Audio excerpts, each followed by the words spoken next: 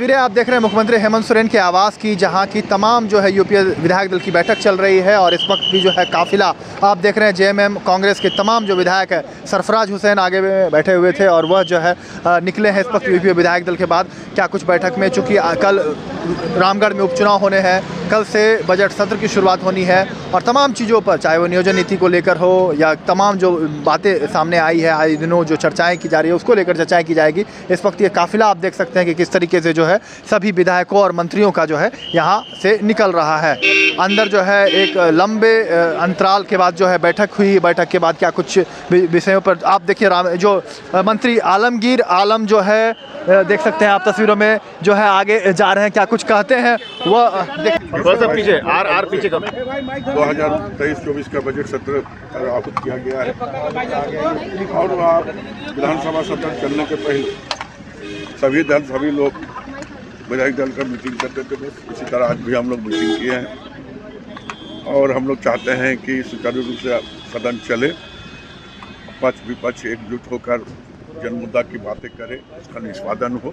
इसी सरकार को सदन में जवाब देती 323 ऐसे मामले लंबित हैं। विधानसभा अध्यक्ष ने भी, आपको याद होगा, सवाल जो अधिकारी जिस पर बहुत गंभीर नहीं।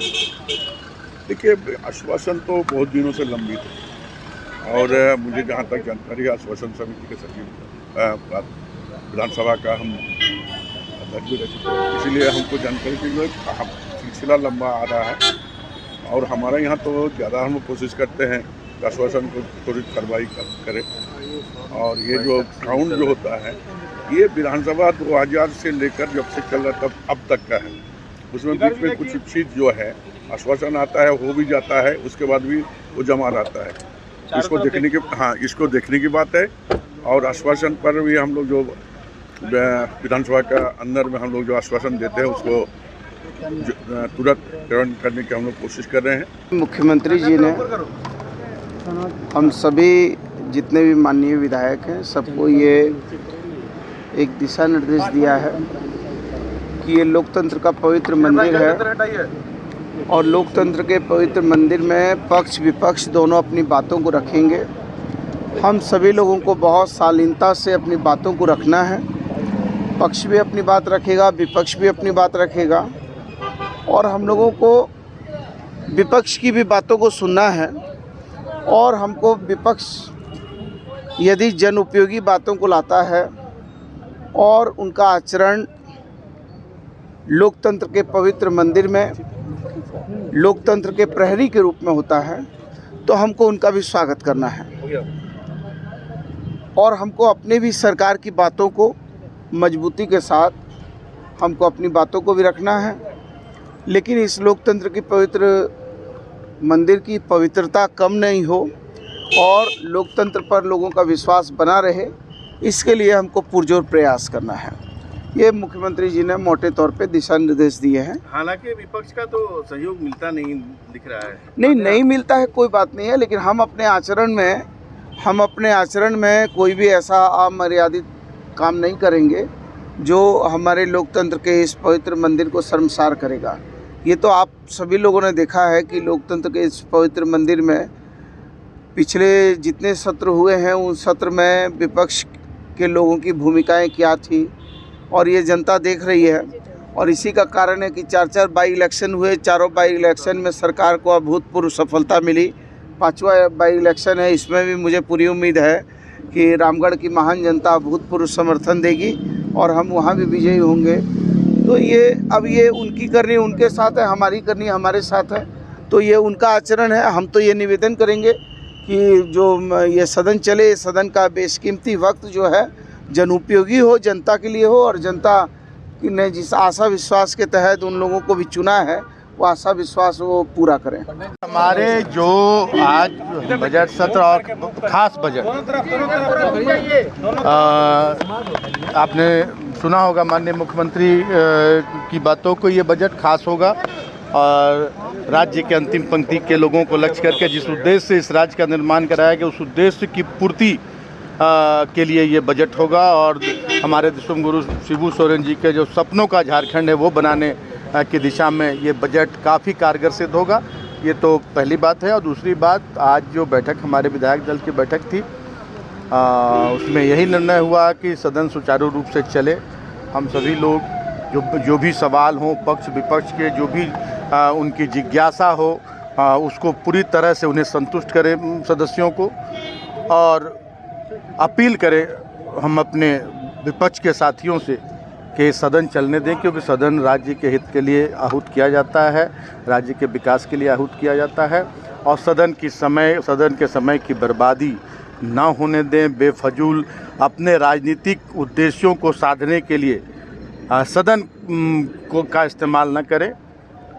यही बातें हुई हैं और हम सभी लोग सदन में तैयार होकर हम लोग आएंगे। अगर उम्मीद की जाए इस बार दो बातों का एक बात कह दिया है कि राज्य हित में इस राज्य का निर्माण जिस उद्देश्य से कराया गया, यहाँ के वासियों को, यहाँ के मूल वासियों को, यहाँ के आदिवासियों को उनका हक अधिकार मिले, उन्हें सम्मान मिले, और इसमें सारी चीज़ें आ जाती है, नियोजन से लेकर, किसान से लेकर, मजदूर से लेकर, व्यवसायी से लेकर, सारी चीज़ें इसमें आ जाती हैं। बहुत जल्द नीति तो हमने बनाई थी, नीति तो हमने बनाई ही थी, लेकिन भाजपा को ये रास नहीं आई। भाजपा के लोगों ने जाकर इसे न्यायालय से खारिज करवाया। अब झारखंड के युवाओं की राय पर नीति बनाने का निर्णय हमारे माननीय मुख्यमंत्री ने लिया है, और झारखंड के युवाओं की राय आई है, उसी के अनुरूप नीति बनेगी, और बहुत जल्द जो भी हमारे योग्य युवा हैं उनके विपक्ष के पास कोई सोच हो तो सहयोग करेगी। विपक्ष के पास कोई सोच नहीं है, सोच एक ही है कि सत्ता पे काबिज होना। तो सत्ता पे काबिज अभी फिलहाल तो होया नहीं जा सकता है। आप चाहे कुछ भी कर लीजिए, जनता का समर्थन जिसके साथ होता है वो सत्ता में रहता है। लाख प्रयास किया आपने, आपको गवर्नर को हटाना पड़ा, लेकिन मुख्यमंत्री नहीं हटे। तो हमें लगता है कि विपक्ष का जो रवैया है वो जारी रहेगा। स्थानीय नियोजन नीति पर बात बनेगी क्या? बजट नियोजन नीति, फुल प्रूफ नियोजन नीति, कोई ऐसी नियोजन नीति बनाई जा रही है जो कहीं जा कर के अदालत में नहीं अटके, और हम पूरी तरह संजीदगी के साथ इस बात को रखा है हमने मुख्यमंत्री जी के पास भी, सरकार के पास भी, कि नियोजन नीति ऐसी हो जिसमें किसी को कोई दिक्कत नहीं और नियुक्ति की प्राथमिकता होनी चाहिए, सिर्फ टाल मटोल वाली बात नहीं होनी चाहिए। और मुझे लगता है इस बार जो नियोजन नीति आएगी, फुल प्रूफ नीति आएगी, सभी बातों पर विचार किया गया है, छात्रों से राय ली गई है, और छात्रों के राय पे जो लोग इसमें शामिल होने वाले लोग हैं परीक्षाओं में, जिन्होंने फॉर्म भरा है, उन्हीं से राय ली गई है। तो इसका मतलब है कि नियोजन नीति स्पष्ट होगी, और अब जो इसके सेशन के बाद नियुक्ति अभी जारी होगी। नियोजन नीति का जो युवा इंतजार कर रहे हैं, उस नियोजन नीति के इंतजार का खात्मा होगा, और हम चाहते हैं कि फुल प्रूफ नीति आए, और हम समझते हैं कि इस सत्र में इसका पटाक्षेप हो जाएगा। 2016 वाली 60-40 देखिए, ये तो बहुत स्तर पर चर्चा हुई है, और सारी बातें मीडिया के माध्यम से नहीं बताई जा सकती है। जो इसके लिए अधिकृत हैं, मंत्री, मुख्यमंत्री, वही इन सारी चीज़ों को रखेंगे।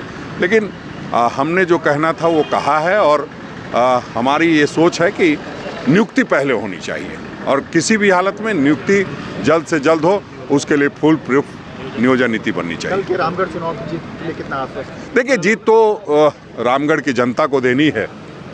मैं कोई उस तरह का बरबोला नेता नहीं हूं कि पिछले 4 चुनावों से लगातार ये कहता आया हूं कि मैं चुनाव जीत रहा हूं और हार रहा हूं। जब कहा है तो जीता है, तो पिछला 4 चुनाव का रिकॉर्ड रहा है, हम जीतेंगे।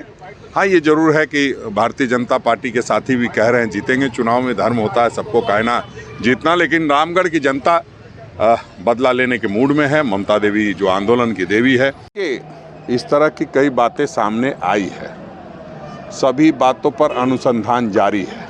कौन कितना क्या सही कह रहा है, कितना गलत कह रहा है, वो सारी बातें वीडियो के माध्यम से आपके समक्ष भी है।